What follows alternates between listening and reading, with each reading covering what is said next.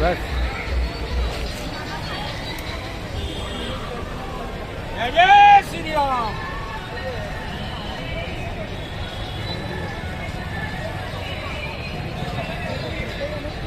बस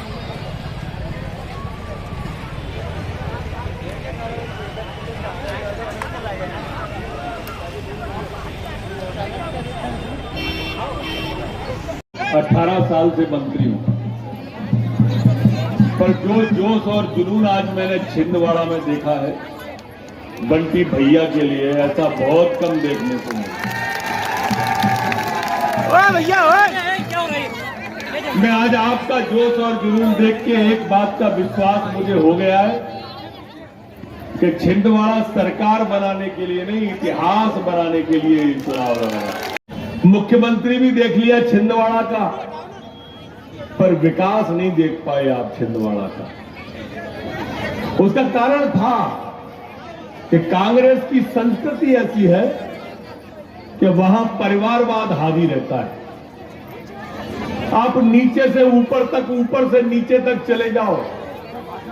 सोनिया गांधी को चिंता इस बात की है कि कैसे राहुल गांधी सेट हो जाए। दिग्विजय सिंह जी को चिंता है कि कैसे जयवर्धन सेट हो जाए। कमलनाथ जी को चिंता है कैसे नकुलनाथ सेट हो जाए, और छिंदवाड़ा को चिंता है कैसे उसका बेटा, आप सबका बेटा सेट हो जाए। और दूसरी तरफ राहुल गांधी है। अब इनकी क्या जोड़ है? कहां राम राम, कहां टेंटेन। जब जब कांग्रेस आई है ना मित्रों, जब जब कांग्रेस आई है, तब तक पाकिस्तान मजबूत हुआ है। आप अंदाज करो कि कांग्रेस की सरकार थी, मनमोहन सिंह प्रधानमंत्री थे, तो हम कश्मीर पे चौक पर कभी जिंदगी में तिरंगा नहीं फहरा पाए। हम तिरंगा यात्रा निकालते हैं। लेकिन मोदी जी आए, और मोदी जी आए तो कश्मीर का लाल चौक क्या है, चांद पर तिरंगा फहरा दिया, चांद पर। यह विकास होता है और यह विचार होता है। मनमोहन सिंह की कांग्रेस की सरकार थी तो पाकिस्तान हमसे कश्मीर मांगता था। आज मोदी जी की सरकार है तो कटोरा लेके भीख मांग रहा है पाकिस्तान। मैं कोई बात कह रहा हूं तो अतिशयोक्ति में नहीं कह रहा मित्रों। ये कांग्रेस तुष्टीकरण की राजनीति करती है। आलू की सब्जी, प्याज की सब्जी आज महंगी है तो कल सस्ती होगी। लेकिन कांग्रेस अगर जीतती है तो आपके छिंदवाड़ा में रोहिंग्याओं की बस्ती होगी। इस बात का ध्यान रखें। यह तुष्टीकरण की राजनीति करती है कांग्रेस। तुष्टीकरण की राजनीति, तुष्टीकरण की राजनीति यह मुसलमानों को भारतीय जनता पार्टी का डर दिखाती है और भाजपा हिंदुओं को जातियों में बांटती है। ये जनगणना की बात करते हैं, हमारे यहां कैटेगराइज की बात करते हैं। सिर्फ हिंदुओं की कैटेगरी क्यों गिनी जाएगी? अगर गिनी जाए तो सबकी गिनी जाए, हम तैयार हैं, हमने कब मना किया है। पर सिर्फ हमारी क्यों? राहुल गांधी राजस्थान में जाते हैं तो हिंदू और हिंदुत्व में भेद करते हैं, क्यों? दिग्विजय सिंह भगवा को आतंकवाद बताते हैं, क्यों?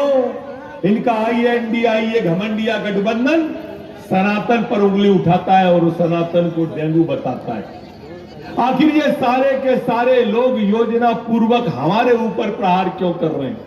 हमारी आस्थाओं पर प्रहार क्यों कर रहे हैं? सोचो और आप विचार करो कि इस तरह का ये कैसे कर रहे हैं। मित्रों, ये जानते हैं कि ये तुष्टीकरण की राजनीति करके हमको विभाजित कर सकते हैं। ये आपको वोटर मानते ही नहीं है, सोचते हैं कि आखिरी समय में खरीद लेंगे। छिंदवाड़ा वालों, ये तुष्टीकरण वालों को कैसे भी माफ मत कर देना।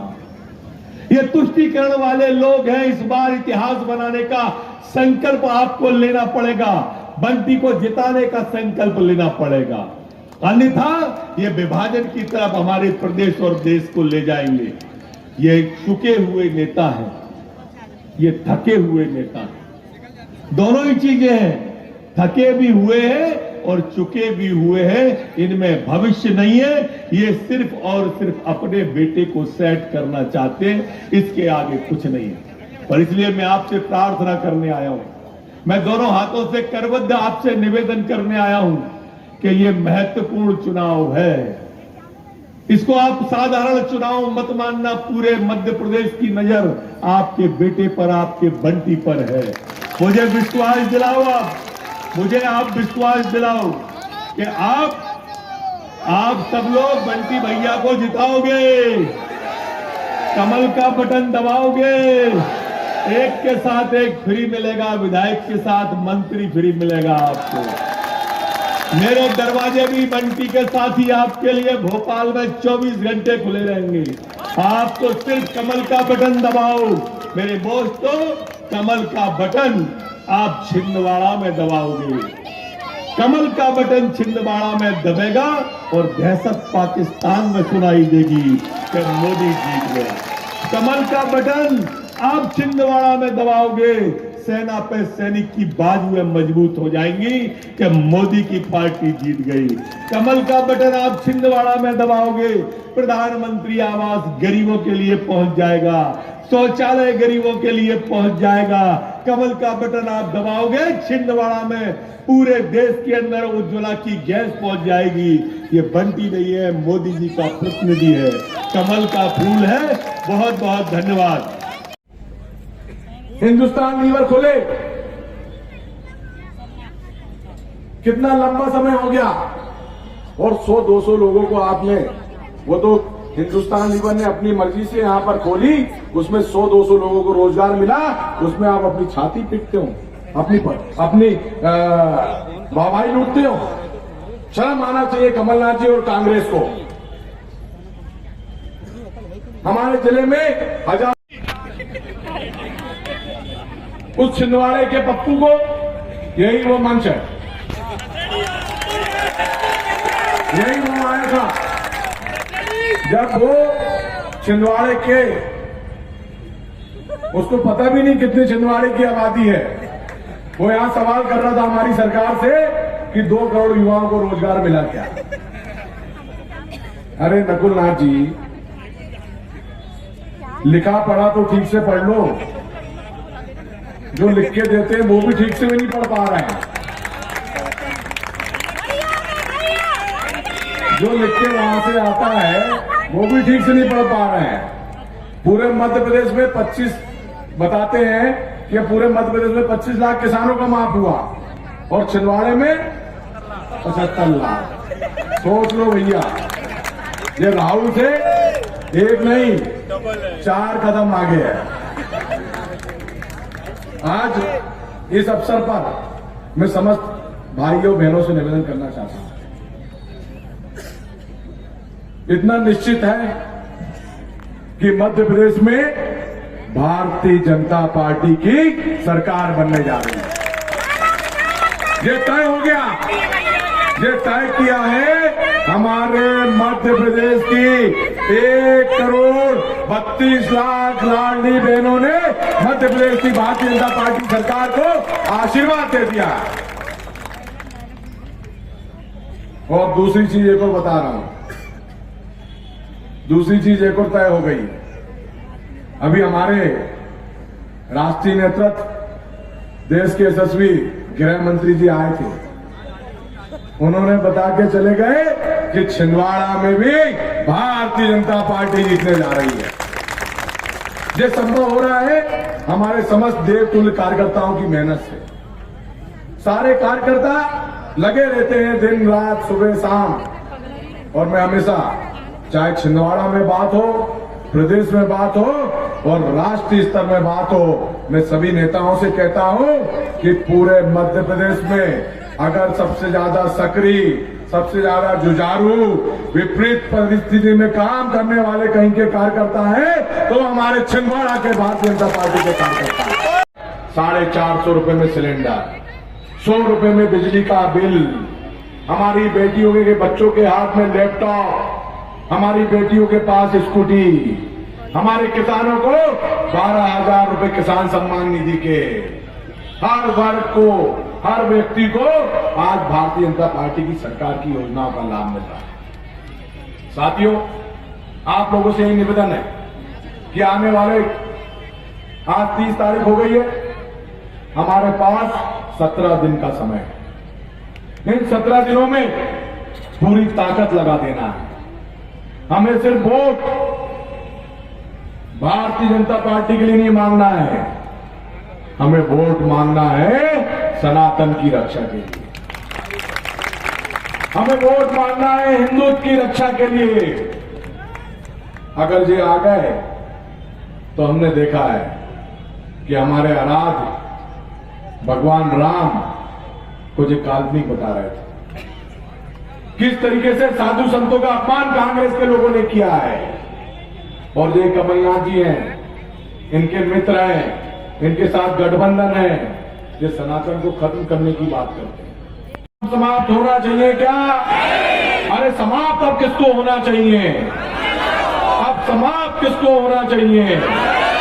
साथियों, हमको सनातन की रक्षा के लिए भारतीय जनता पार्टी का साथ देना है। गलती से कमलनाथ आ गया तो जो 2019 में इनने किए थे ना कि माननीय शिवराज जी हमारी बेटियों को, बेटों को जो लैपटॉप देते थे वो योजना बंद कर दिए थे, फिर से लैपटॉप स्कूटी मिलना बंद हो जाएगा। इसलिए अपने बहनों के कल्याण के लिए, किसानों के कल्याण के लिए, युवाओं के रोजगार के लिए भारतीय जनता पार्टी का साथ और सहयोग देना पड़ेगा। साथियों, भाइयों एवं बहनों, अभी इजराइल और फिलिस्तीन में युद्ध हो रहा है, हो रहा कि नहीं हो रहा? लेकिन उसकी आग कहां पर आ गई है? हाँ? और उसको हवा कौन दे रहा है? कांग्रेस के लोग दे रहे हैं। इस बारे में भी हमको चिंतन करना पड़ेगा कि किस तरीके से बेंगलोर में और दूसरी जगह आंदोलन हो रहे हैं। साथियों, अभी मिश्रा जी ने बहुत अच्छी बात कह के गए, हमारे गृह मंत्री जी ने, उसमें हमें चिंतन करना चाहिए। आज इस अवसर पर मैं एक बार फिर से आप समस्त कार्यकर्ताओं का बहुत बहुत स्वागत। अमरवाड़ा विधानसभा में गोंडवाना गणतंत्र पार्टी और बहुजन समाज पार्टी के संयुक्त विधायक प्रत्याशी देवरावण भलावी ने आकर्षण भारी विशाल रैली निकाली, जिसमें शहनाई, बाजा और बैलगाड़ियां, आदिवासी वेशभूषा के बेहतरीन झलक दिखाई दी। उसके बाद अमरवाड़ा बस स्टैंड में एक विशाल सभा भी संपन्न हुई।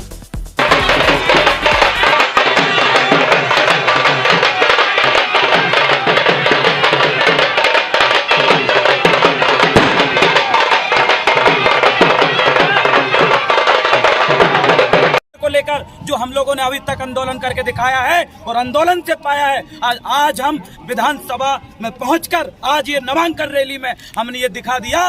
एक तरफ पैसे वाले लोग और एक तरफ बैलगाड़ी से आके गोंडवाना के लोग और बहुजन समाजवादी पार्टी के लोगों ने जो फॉर्म भरा है, अब ये नई क्रांति अमरवाड़ा की धरती में जन्म ले चुकी है। क्योंकि अमरवाड़ा में पैसे वाले लोग नहीं रहते, ये अमरवाड़ा में गरीब लोग रहते हैं जो 2 वक्त की खाने के लिए अपना जीवन यापन करते, खेतीबाड़ी करते हैं। आज खेतीबाड़ी करने वाले क्यों आपके सामने है? मनमोहन शाह की बेटी मोनिका भट्टी ने भाजपा ज्वाइन कर ली, इसमें क्या बोल? एक तरफ मनमोहन शाह भट्टी जी के जैसा काम करने वाला लड़का खड़ा है और दूसरे तरफ मोनिका भट्टी सिर्फ भट्टी जी का नाम लेने वाली खड़ी है। ये जनता चुनेगी कि भट्टी जी जैसा काम वाला व्यक्ति चाहिए या फिर नाम लेने वाला व्यक्ति चाहिए। ये अमरवाड़ा की जनता समझदार है। देवरावण के ऊपर इतने मामले, इतने आंदोलन जो बने हैं, ये हमारा पहचान है कि भट्टी जी जैसा हमने काम करके दिखाया है। इसलिए हमें लोग भट्टी जी देखते हैं, मोनिका भट्टी जी में भट्टी जी कहती थी गोंडवाना और भाजपा का गठबंधन हुआ। गोंडवाना गणतंत्र पार्टी का किसी के साथ नहीं है, ये बहुजन समाजवादी पार्टी के साथ गठबंधन है। और गोंडवाना ने मध्य प्रदेश, छत्तीसगढ़ के साथ साथ अन्य राज्यों में टंका फूंक दिया है और विजयी तिरंगा हासिल करने के लिए गोंडवाना गणतंत्र पार्टी और बहुजन समाजवादी पार्टी आगे बढ़ चुकी है।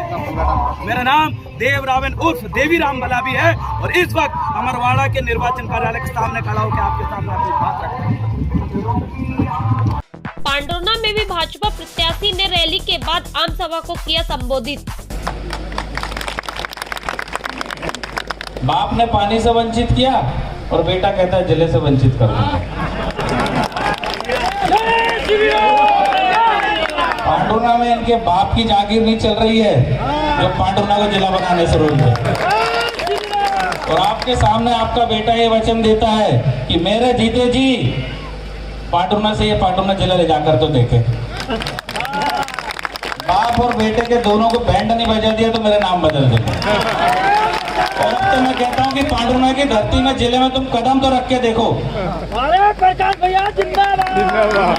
आज हमारा जिला बन रहा था, एक कलेक्टर एक्सपी होता है एक जिले में।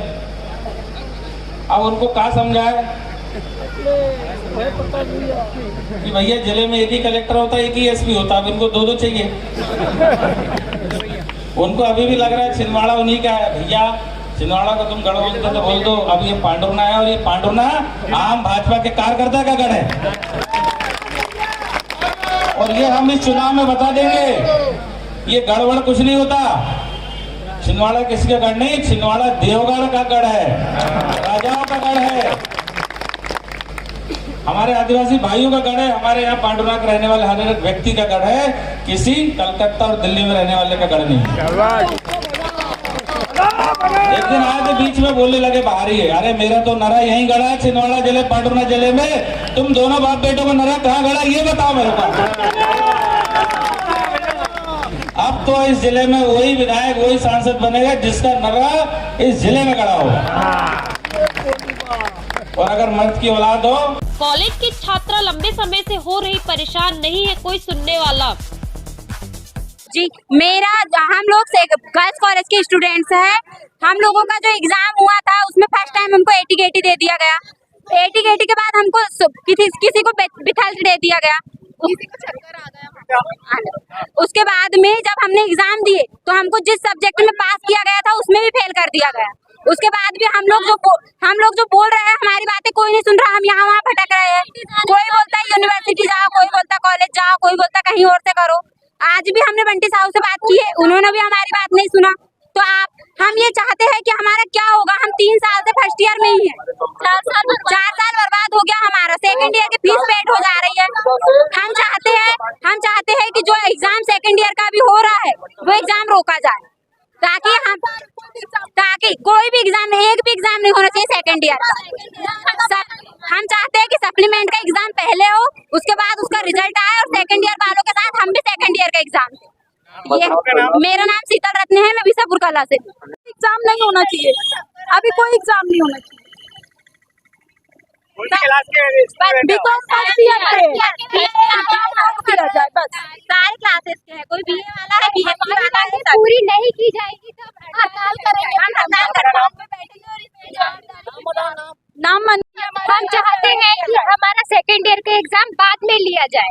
हम अभी बीजेपी की पार्टी चल रही है, बीजेपी की सरकार चल रही है। आज हम बीजेपी वाले से मतलब यहाँ अभी बंटी साहू से मिले, उन्होंने बोला कि नहीं बात करते हैं, ठीक है। अगर हमारा काम नहीं होगा तो हम हड़ताल में बैठ जाएंगे, क्योंकि 3 साल बर्बाद हो रहे हैं हमारे। 3 सालों में हम फर्स्ट ईयर में ही फर्स्ट ईयर का रिजल्ट अगर ऐसे ही था तो फर्स्ट ईयर वाले को सेकेंड ईयर में प्रमोशन नहीं देना था, उनको फर्स्ट ईयर में ही बैठा के रखना था। हाँ, 2 बार हम 3 साल से फर्स्ट ईयर में ही हैं। हमने जब फर्स्ट ईयर के एग्ज़ाम दिए थे उसमें हमें 80 आ गई, फिर से हमने सप्ली का एग्ज़ाम दिए थे उसमें भी हमें 80 आ गई। और हम अच्छे पढ़ने वाले बच्चे, हमने इतना तो लिख के आए हैं पेपर में कि हम पास हो सके, फिर भी यूनिवर्सिटी भी कुछ नहीं कर रही है और ना ही कॉलेज कुछ कर रहा है ताकि हम सेकेंड ईयर के एग्ज़ाम दे सके, और ना ही शासन कुछ कर रहा है। तो अब हम इसका जवाब अपने मतदान देकर करेंगे और मामा जी को बताएंगे कि अब हम स्टूडेंट कर क्या सकते हैं। और हमें सेकेंड ईयर के एग्ज़ाम भी नहीं देने दिया जा रहा है, इसलिए अब हम मतदान के रूप में उन्हें दिखाएंगे कि अब हम क्या कर सकते हैं। आज हम लोग छिंदवाड़ा यूनिवर्सिटी आए थे। लगातार छात्र छात्राओं की समस्या बढ़ती जा रही है, लेकिन उस ओर न शासन प्रशासन का ध्यान है, न ही किसी यूनिवर्सिटी का ध्यान है। लड़कियों को लगातार बड़े पैमाने पे एटी दे दिया गया है।